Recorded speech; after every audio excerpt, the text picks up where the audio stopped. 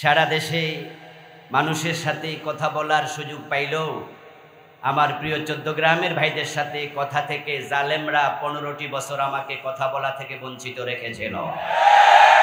Bangladesh Jamaat ইসলামীকে 1 August তারা ban করার মাধ্যমে এই দেশের তাওহীদি জনতাকে কণ্ঠ চেপে দিয়ে কোরআনের কথা আর বলতে দেবে না। কিন্তু আল্লাহ তার দ্বীনের পূর্ণতা শুরু করেছেন তার 3-4 দিন পর থেকে উল্টা তাদেরকে দেশ ছাড়া করে দিয়েছে।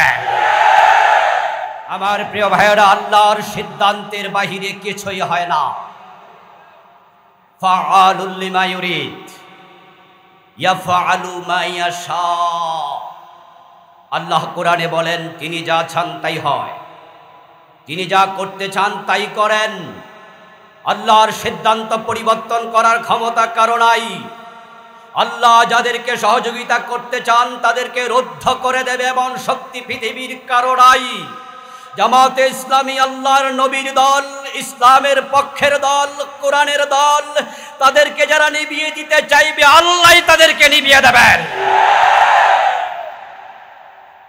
জুলাই এবং আগস্টের যে বিপ্লব সাধিত হয়েছে সেটা কোনো মানুষ করেনি, বরং মানুষেরা হতাশ হয়েছিল। আমরা ভেবেছিলাম আর মনে হয় কিছুই হবে না, এবং যারা ক্ষমতায় ছিল তারাও ঘোষণা করেছিল ভিশন 2041। আপনাদের মনে আছে 2041?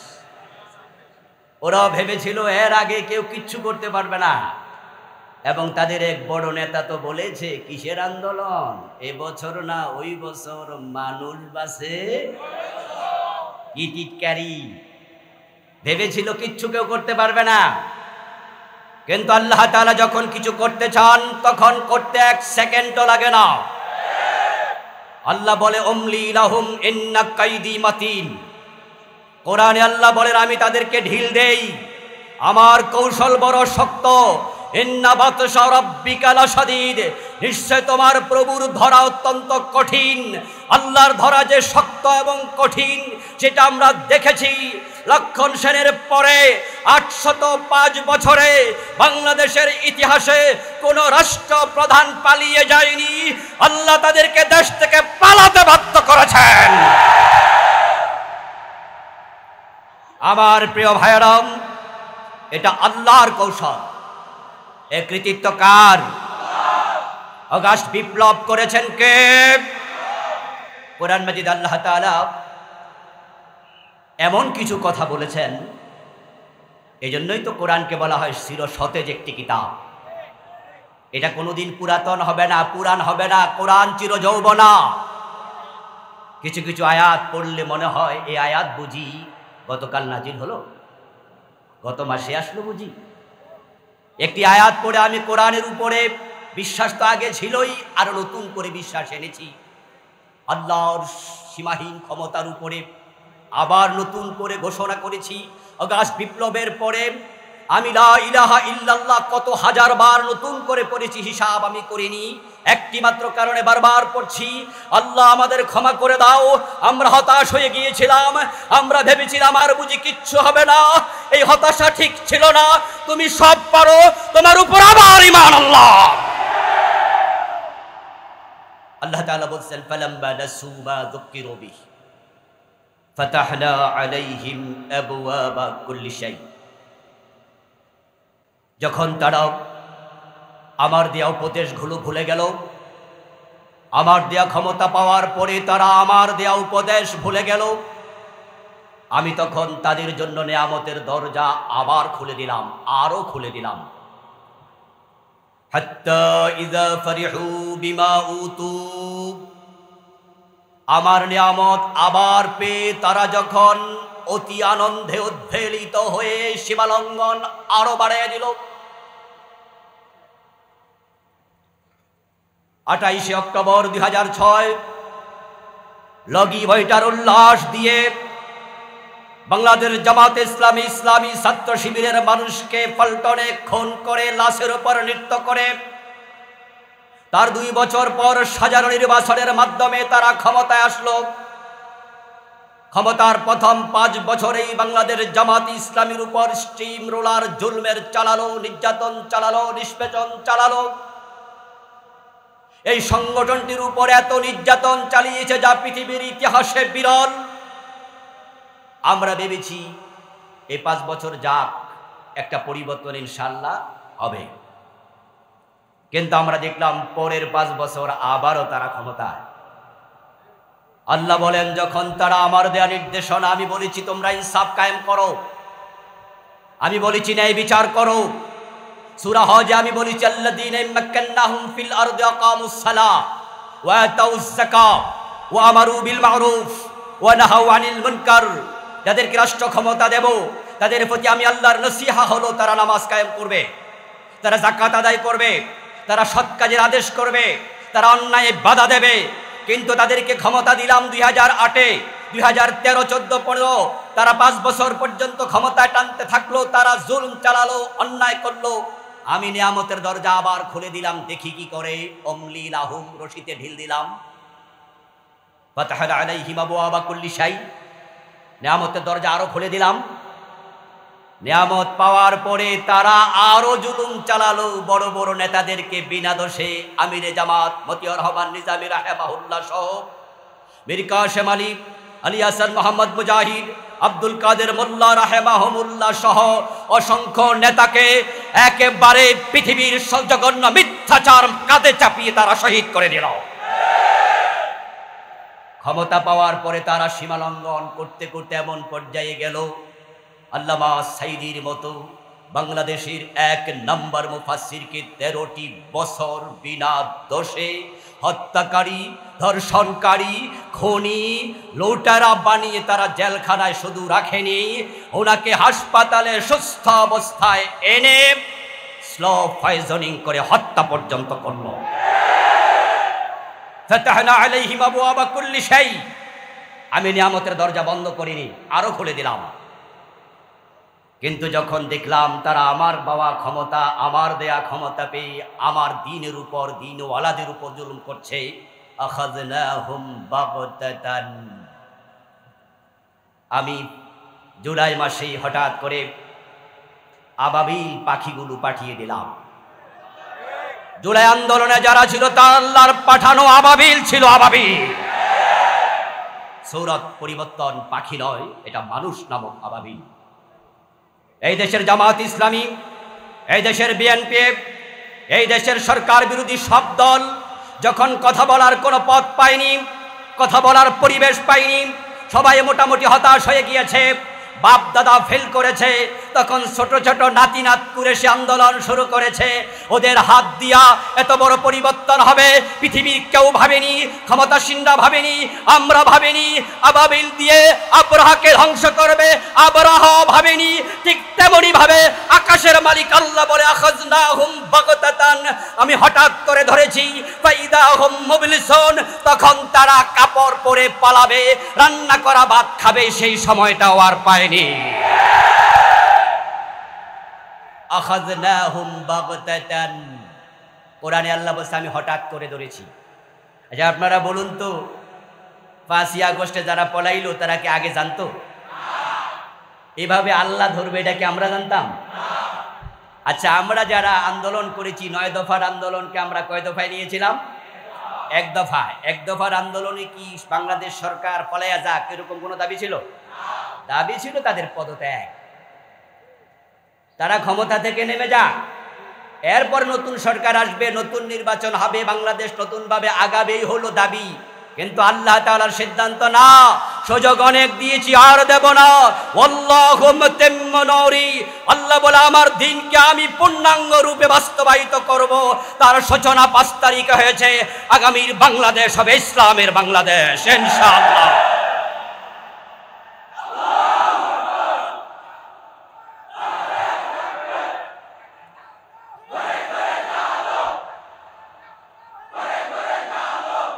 আমার প্রিয় ভাইরা, আমি আপনাদের সম্মুখে পবিত্র কোরআন মাজিদ থেকে ছোট্ট একখানি আয়াত তেলাওয়াত করলাম। শুরুতে ইন্না আরসালনাকা শাহিদা ওয়া মুবাশশিরা ওয়া নাযীরা ওয়া দাঈয়ান ইলাল্লাহি বিইযনিহি ওয়া সিরাজাম মুনীরা। হে প্রিয় নবী, আমি আপনাকে দায়ী বানিয়েছি, সিরাজুম মুনীর বানিয়েছি, শাহেদ বানিয়েছি, নাযীর বানিয়েছি, বাশীর বানিয়েছি। আজকের এই বারাকাপূর্ণ মজলিস প্রিয় নবী মুহাম্মদুর রাসূলুল্লাহ সাল্লাল্লাহু আলাইহি সাল্লামের সিরতের আলোচনার মজলিস। আমরা ওনাকে নিয়ে আলোচনা করতেই হবে, কারণ তিনি আমাদের একমাত্র মডেল, একমাত্র আদর্শ। তিনি ওসওয়াব, তিনি কদওয়াব, তিনি নামুজাজ, তিনি ইমাম, তিনি সৈয়দ, তিনি একমাত্র লিডার।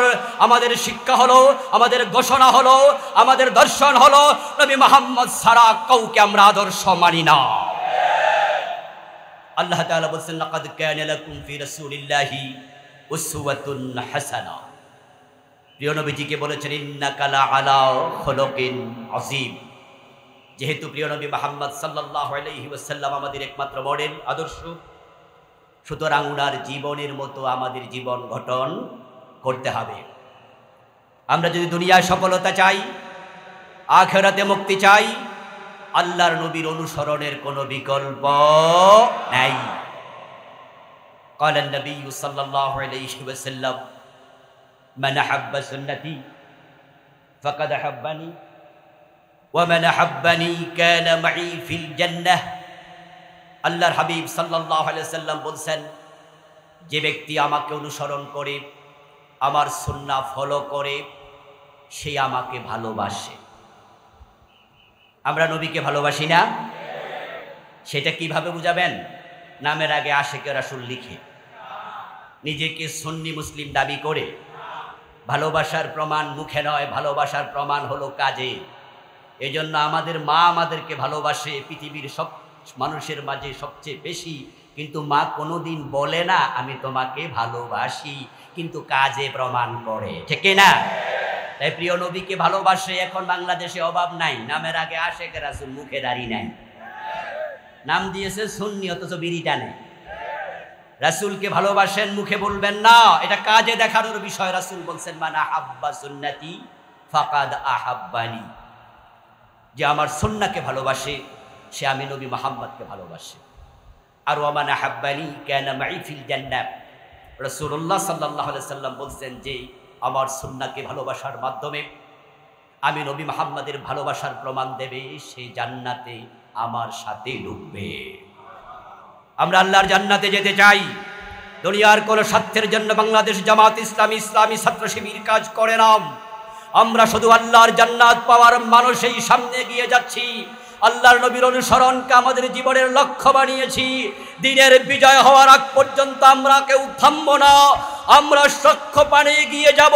আমাদেরকে কেউ থামাতে পারে না। জান্নাতের পথের যাত্রীরা কখনো থেমে যায় না, এটার প্রমাণ আমরা দিয়েছি। যার কারণেই তো আমাদের নেতারা আপোষ করে নাই। আপোষ করলে ফাঁসিতে ঝুলা লাগতো না, আপোষ করলে জেলে থাকা লাগতো না, বরং আপোষহীনতা দেখিয়ে হাসতে হাসতে ফাঁসির মঞ্চে গিয়েছে।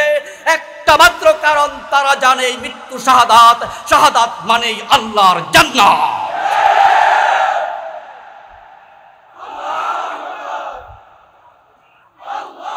আমার প্রিয় ভাইরা, শাহাদাতের যে রশি, এই রশির এই পাশে দুনিয়া, ওই পাশে জান্নাত। যে জান্নাতের স্বপ্ন দেখে আমরা শাহাদাতের রশি পর্যন্ত ঘাড়ে বরণ করে নেই, আলহামদুলিল্লাহ। আমাদের নেতারা, বাংলাদেশ জামাত ইসলামীর যে নেতাদেরকে ফাঁসি দেওয়া হয়েছে, প্রত্যেকটি নেতা আমাদেরকে দেখিয়ে গেছে তারা আল্লাহর জান্নাতের পথে চলতে কতটা আপোষহীন ছিলেন, আল্লাহর জান্নাত পাওয়ার জন্য কতটা বেকুল ছিলেন। আপনারা জানেন যে ফাঁসি দেওয়ার আগে ওনাদের কাছে খালি কাগজ পাঠানো হয়েছিল যে আপনারা সরকারের কাছে, প্রেসিডেন্টের কাছে প্রাণ ভিক্ষা চান, মার্সি পিটিশন করুন। আমাদের নেতারা তাদের সাদা কাগজ ফিরিয়ে দিয়ে বলেছিলেন, প্রাণের মালিক আল্লাহ, যদি প্রাণ হেফাজতের কথা বলি আল্লাহর সাথে বলবো, তোমাদের সাথে বিষয়ে কোনো কথা হবে না। প্রাণ ভিক্ষা দুনিয়ার কারো কাছে চাওয়া আমরা জায়েজ মনে করি না। গোলাম আজম রাহেমাহুল্লাহকে প্রশ্ন করেছিল সাংবাদিক, আপনাকে অ্যারেস্ট করা হতে পারে, জেলে দেওয়া হতে পারে, ফাঁসিতে ঝুলানো হতে পারে। এ বিষয়ে আপনার মন্তব্য কি? অ্যারেস্ট হওয়ার আগে সাংবাদিককে তিনি বলেছিলেন, কোনো টেনশন নাই, ভয় নেই, কারণ আল্লাহ ছাড়া কাউকে ভয় পাওয়া আমি গোলাম আজম জায়েজ মনে করি না। এই সাক্ষাৎকার আপনাদের মনে আছে? এগুলো আমাদের জন্য পাথেয়, এগুলো আমাদের জন্য শিক্ষা। আমরা সেই পথের পথিক। বাংলাদেশ জামাত ইসলামী যতদিন পর্যন্ত তাদের কর্মী এবং নেতারাই আদর্শের উপর অটল অবিচল থাকবে, ততদিন পর্যন্ত আকাশ থেকে সাহায্য আসতে থাকবে, রহমত আসতে থাকবে। তারা কেউ আমাদেরকে আদর্শ থেকে চুল পরিমাণ সরাতে পারবে না।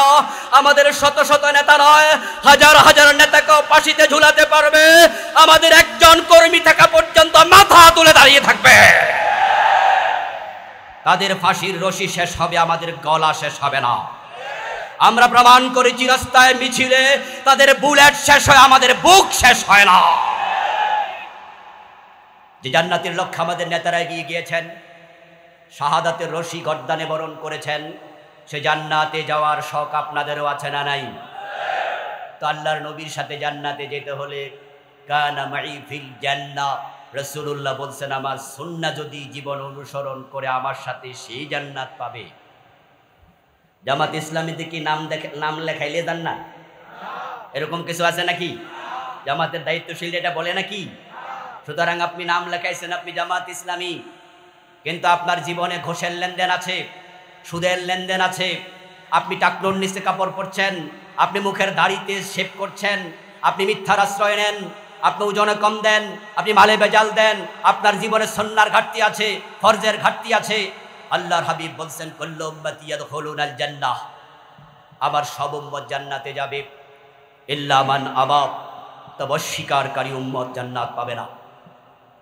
কিলা মান আবা ইয়া রাসূলুল্লাহ, প্রশ্ন করা হলো, আল্লাহর নবী অস্বীকারী উম্মত আবার সে কে? প্রিয় নবীজি জবাব দেন, মান আতাআনি দাখালাল জান্নাহ ওয়া মান আসানি ফাকাদ আবা, যে ব্যক্তি আমি নবীকে অনুসরণ করে জীবন চালাবে সে জান্নাতে যাবে, যে আমাকে অনুসরণ করতে রাজি হবে না সে অস্বীকারী, তার কপালে জান্নাত নাই। এই হাদিস দিয়েও প্রমাণ হয়, জান্নাতে যেতে হলে রাসূলের অনুসরণ লাগবেই লাগবেই লাগবেই। এই দেশে দিন বিজয় হোক আর না হোক, আপনার জান্নাত আটকে যাবে না।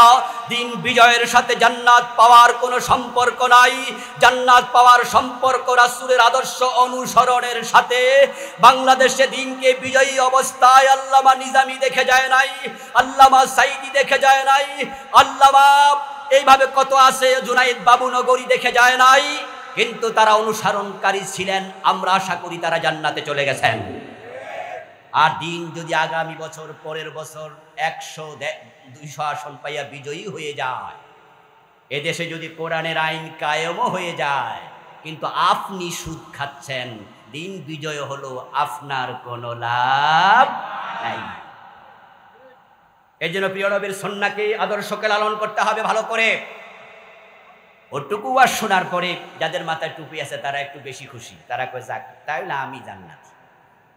যাদের মুখে দাঁড়িয়ে আছে তারা আর একটু বেশি খুশি, আমার তো সুন্নত আছে তাইলে আমি জান্নাত। আমার প্রিয় ভাই, দাঁড়িয়ে আর টুপিতে যদি শুধু সুন্নাহ আছে মনে করেন, ভুল করবেন।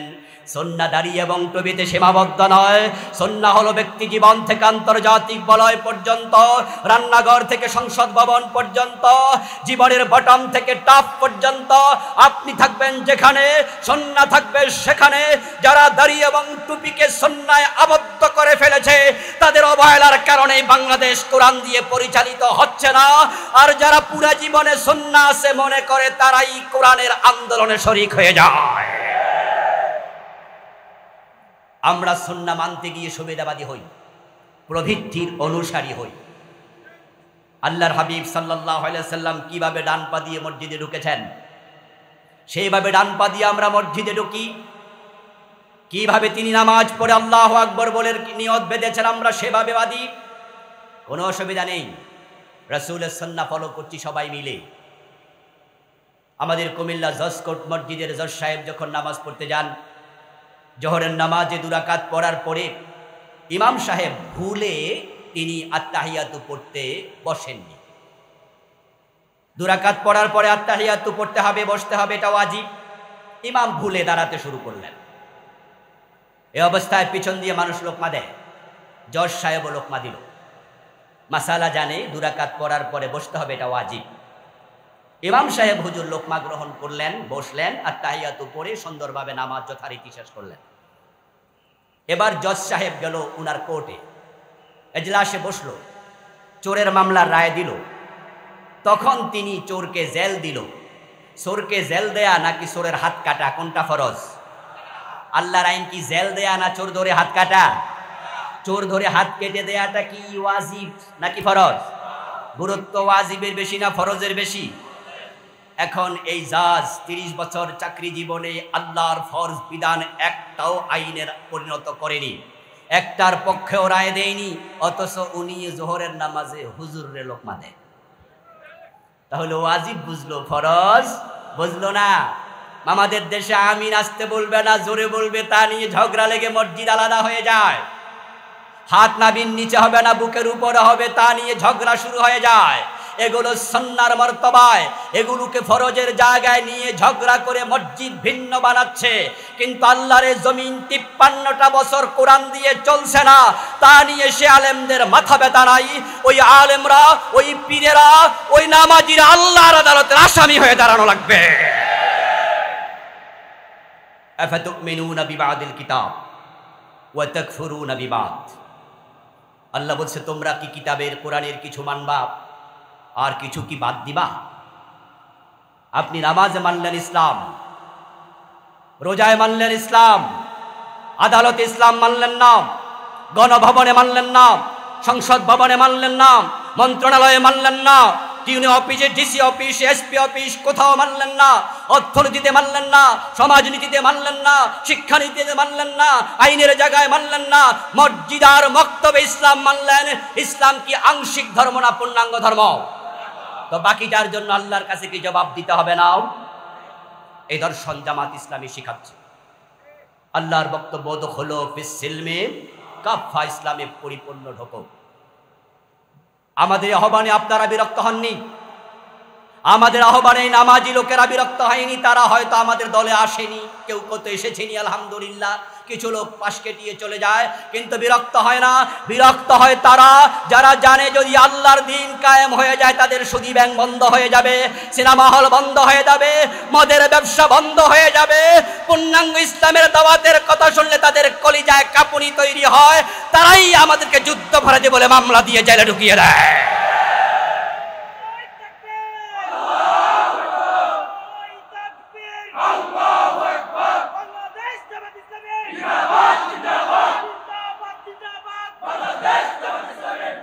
প্রিয় ভাইয়েরা, রাসূলুল্লাহ সাল্লাল্লাহু আলাইহি ওয়াসাল্লাম মসজিদের যেমন ইমাম ছিলেন, তিনি আবার মদিনা রাষ্ট্রের প্রেসিডেন্ট ছিলেন।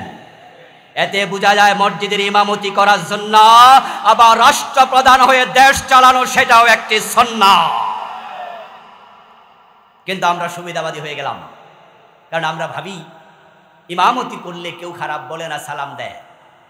আর যখন রাজনীতির নেতা হয়ে দেশ চালানোর কথা বলবে, আমাদের ডক্টর সৈয়দ আব্দুল্লাহ মোহাম্মদ তাহির, যার আলোচনা শোনার জন্য আমরা এসেছি, উনি কথা বলবেন, উনার কথাই আমরা শুনব। উনিও বিগত 15টি বছর নিজের গ্রামেও আসতে পারেন নাই।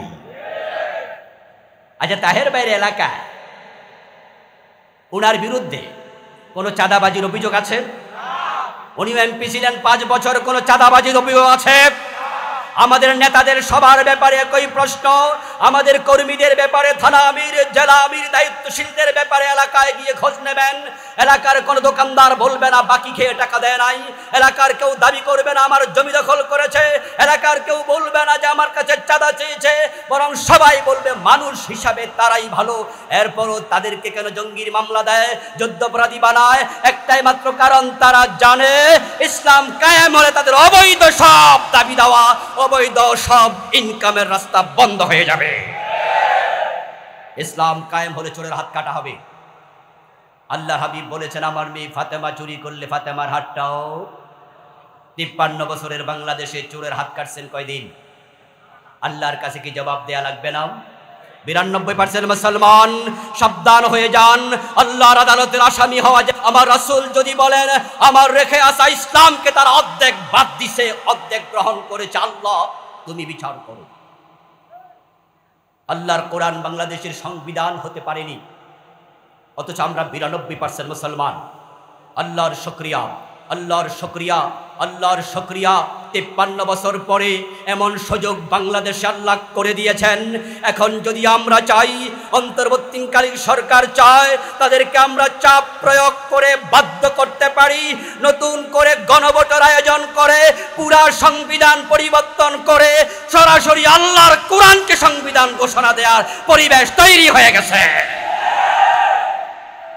সেজন্য কাজ করতে হবে, আল্লাহর দেওয়া সুযোগটা কাজে লাগাতে হবে। চট্টগ্রামে আমরা এমন একজন নেতা পেয়েছি যাকে শুধু এমপি নয়, ইনশাআল্লাহ আমরা মন্ত্রী হিসাবে পেয়ে যাব। এটা অ্যাডভান্টেজ, এটা আমাদের জন্য বিশেষ প্রাপ্তি। শুধুমাত্র চট্টগ্রামের নেতা নয়, শুধু জাতীয় নেতা নয়, সৈয়দ আব্দুল্লাহ মোহাম্মদ তাহের ভাই আন্তর্জাতিক বিশ্ব ইসলামী আন্দোলনের নেতা। আগামী নির্বাচনকে সামনে রেখে দলমত ভুলে গিয়ে সবাই এক কাতারে এসে বাংলার জমিনে কোরআন বিজয়ের জন্য কাজ করতে রাজি আছেন না নাই? আলেম ওলামাদের প্রতি বিশেষ অনুরোধ রেখে কথা শেষ করছি। প্রিয় হযরত উলামায়ে কেরাম, আমরা ইখতিলাফ ভুলে যেতে চাই। কেউ আমরা কিয়াম করি, কেউ করি না। কেউ জোরে আমিন বলি, কেউ বলি না। কেউ মিলাদুন নবী পালন করি, কেউ সিরাতুন নবী পালন করছি। কিন্তু আমরা সকলে দিন শেষে এক জায়গায় দলিল খুঁজি, কোরআন এবং সুন্নাহ, ঠিক না? যদি আপনাকে আমি বলি আপনি আমিন আসতে কেন বলেন, আপনি জবাব দেন এটা হাদিসে আছে। যদি আপনাকে আবার জিজ্ঞাসা করি আমিন আসতে জোরে কেন বলেন, আপনিও বলেন যে এটা হাদিসে আছে। ভাই আপনি ইয়া নবী সালামু আলাইকা বলে কিয়াম কেন করেন, আপনি বলেন যে রাসূল একজন সাহাবীকে বলেছে কুমু ইলা সাইয়্যিদিকুম সাদ বিন মুআজকে লক্ষ্য করে বলছে তোমাদের নেতা আসছে তার জন্য দাঁড়ায়া যাও, সুতরাং রাসূলের সম্মানে দাঁড়ানো যাবে, এটা হাদিসে আছে। আপনাকে জিজ্ঞাসা করলাম আপনি কেন কিয়াম করেন না, আপনি বলেন যে রাসূল দাঁড়িয়ে যাওয়া পছন্দ করতেন না, এটা হাদিসে আছে, এই জন্য আমি দাঁড়াই না। সবাই মিলে দলিল খুঁজি কোথায়? হাদিসে এবং কোরআনে। তাহলে বোঝা গেল ইখতিলাফ থাকার পরও আমরা কোরআন হাদিসের ব্যাপারে একমত, এ বিষয়ে কোনো ইখতিলাফ নাই। আগামীর বাংলাদেশ কোরআনের বাংলাদেশ হবে, হাদিসের বাংলাদেশ হবে, কোরআন সংবিধান হবে। ইখতিলাফ ভুলে গিয়ে এই বিষয়ে আলেমদের ঐক্যবদ্ধ হওয়ার আহ্বান জানাচ্ছি। আলেমরা একমত হয়ে গেলে জালেমরা লেজ তুলে পালিয়ে যাবে। আল্লাহ তৌফিক দান করুন, বলেন আমিন। আসসালামু আলাইকুম ওয়া রাহমাতুল্লাহি ওয়া বারাকাতুহু।